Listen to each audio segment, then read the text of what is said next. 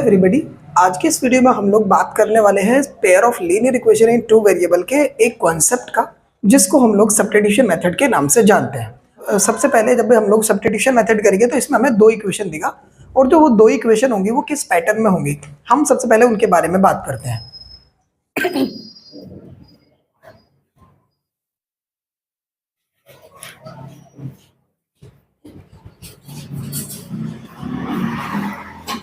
देखिए, चैप्टर है उसका नाम है pair of linear equation in two variable.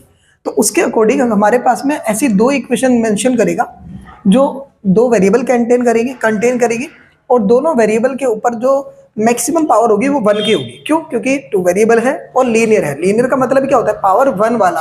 तो बेसिकली हमारे पास में यहाँ पर भी एक इक्वेशन है x + y = 10, यहाँ पर भी है 2x + 4y = 10। दोनों के जो वेरिएबल हैं उन दोनों के वेरिएबल के ऊपर पावर मैक्सिमम कितनी है? मैक्सिमम पावर है 1। तो मैक्सिमम पावर 1 रहेगी, लीनियर रहेगा। मैक्सिमम पावर 2 रहेगी, क्वाड्रेटिक रहेगा। मैक्सिमम पावर 3 रहेगी, मतलब क्यूबिक रहेगा। 4 की पावर होगी, हम उसके बारे में अभी फिलहाल नहीं समझ रहे, वो हम लोग क्लास 11 में बायनोमियल थ्योरम चैप्टर में पढ़ लेते हैं। बट फिलहाल अभी हम लोगों के पास में जो इक्वेशन होंगी वो इस पैटर्न में होंगी कि x और y पावर एक ही कैरी करेगा। इधर भी xy होगा, इधर भी xy होगा। अब पेयर होगा, ध्यान ये रखना है हम लोगों को कि दोनों में ऐसा नहीं होगा कि इधर x है, इधर y है, इधर p है, इधर m है। ये पेयर नहीं बनता। पेयर कब बनता है? पेयर जब बनता है जब दोनों इक्वेशन के अंदर वेरिएबल सेम होंगे। फॉर एग्जांपल, जब आप कभी दुकान पर जाते हैं, आपने किसी से बोला कि भाई मुझे जूते चाहिए, तो क्या वो आपको जो भी जूते देता है, तो क्या वो ऐसे देता है कि एक चप्पल दे दी, एक जूते दे दिए? नहीं ना, आपको डेफिनेटली या तो दोनों चप्पल देगा या फिर दोनों जूते देगा, तभी वो पेयर होगा। तो हम इक्वेशन को पेयर कब बोलेंगे? जब बोलेंगे जब इसमें वेरिएबल सेम लग रहे हैं। समझ में आ गई बात? ठीक है। तो अब मान लीजिए हम लोग सब्स्टिट्यूशन कर रहे हैं, तो हम लोगों को किसी भी एक इक्वेशन को सॉल्व करना है दोनों में से, और किसी भी एक वेरिएबल के लिए सॉल्व करना है। तो मैं लिखता हूं सबसे पहले सॉल्यूशन। तो हम लोग लिखते हैं सॉल्विंग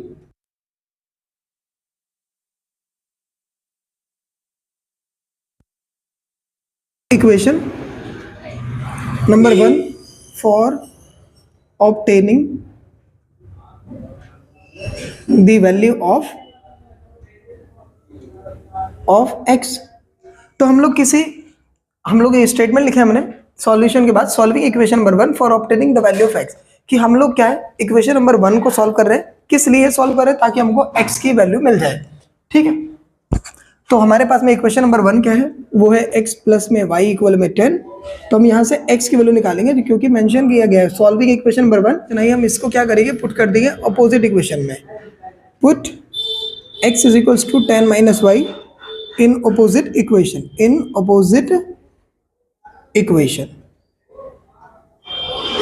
तो अपोजिट इक्वेशन का मतलब ये है कि अगर आप इक्वेशन पहली को सॉल्व करके x या y की वैल्यू निकाल लो, तो आपको दूसरी में पुट करना है, यानी दूसरी में सब्स्टिट्यूट करना है। और अगर आप दूसरी को सॉल्व कर रहे हो, x और y निकाल रहे हो, देन आपको पहली में पुट करना है। तो it is totally up to you that how you are going to solve it. x + में y बराबर आप कुछ लिख रहे हो या फिर इस वाले नंबर को, मतलब क्या आप कौन सी सॉल्व कर रहे हो। अगर आप पहली को सॉल्व करो तो डेफिनेटली दूसरी में पुट करना पड़ेगा, और अगर आप दूसरी को सॉल्व करो तो डेफिनेटली आपको फर्स्ट में उसकी वैल्यू को पुट करना पड़ेगा। ठीक है, ये बात ध्यान रखना है। तो चलिए, अब हमारे पास में x की वैल्यू कितनी है? 10 - में y है।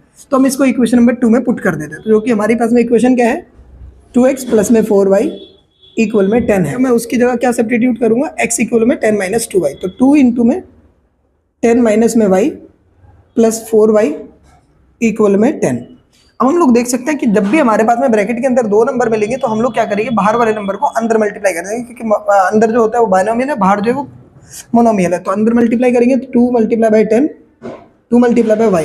तो क्या बनेगा ये? 2 × 10 = 20 - 2y + 4y = 10।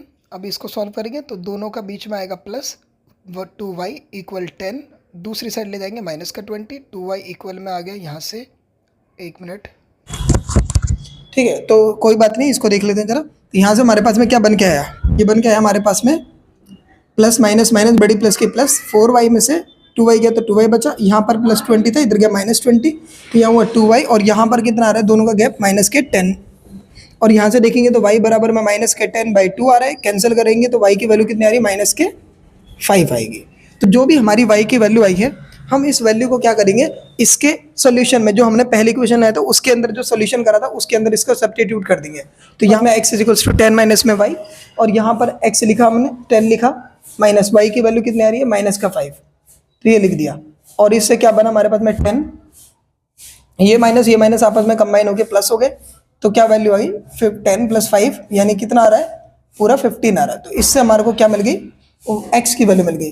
तो हम जब भी सब्स्टिट्यूशन मेथड करते हैं तो एक ब्रीफ सी बात बता देता हूँ, दो इक्वेशन देगा, दो में से किसी भी एक इक्वेशन को सॉल्व करेंगे, जो कि उन दो इक्वेशन में से आप किसी एक वेरिएबल एक इक्वेशन को सॉल्व करना है, और जो भी इक्वेशन आएगी उसका वेरिएबल मतलब होगा एक्स या वाई, उसको टारगेट करके सॉल्व करना है, उसको आप अपोजिट इक्वेशन में पुट कर देंगे। देन डेफिनेटली जब आप अपोजिट इक्वेशन में पुट करेंगे तो अपोजिट इक्वेशन में पुट करने के बाद जो सोल्यूशन होगा वो किसी ना किसी तरीके से एक्स या वाई की वैल्यू निकल जाएगी। तो आप उसको किसी जो फर्स्ट या सेकंड इक्वेशन जो आपने शुरुआत में सॉल्व करी उसके सोल्यूशन में जब आप पुट कर दोगे, सिंपल सॉल्व करना है, वहां पर जो इक्वेशन है कि एक्यूरेट वैल्यू आएगी वो आपका फाइनल आंसर होगा। तो होप आपको ये वीडियो से थोड़ा बहुत सीखने को मिला होगा। अगर ऐसा है तो आप इस वीडियो को लाइक और चैनल को सब्सक्राइब कर सकते हैं। Thank you so much for watching this video.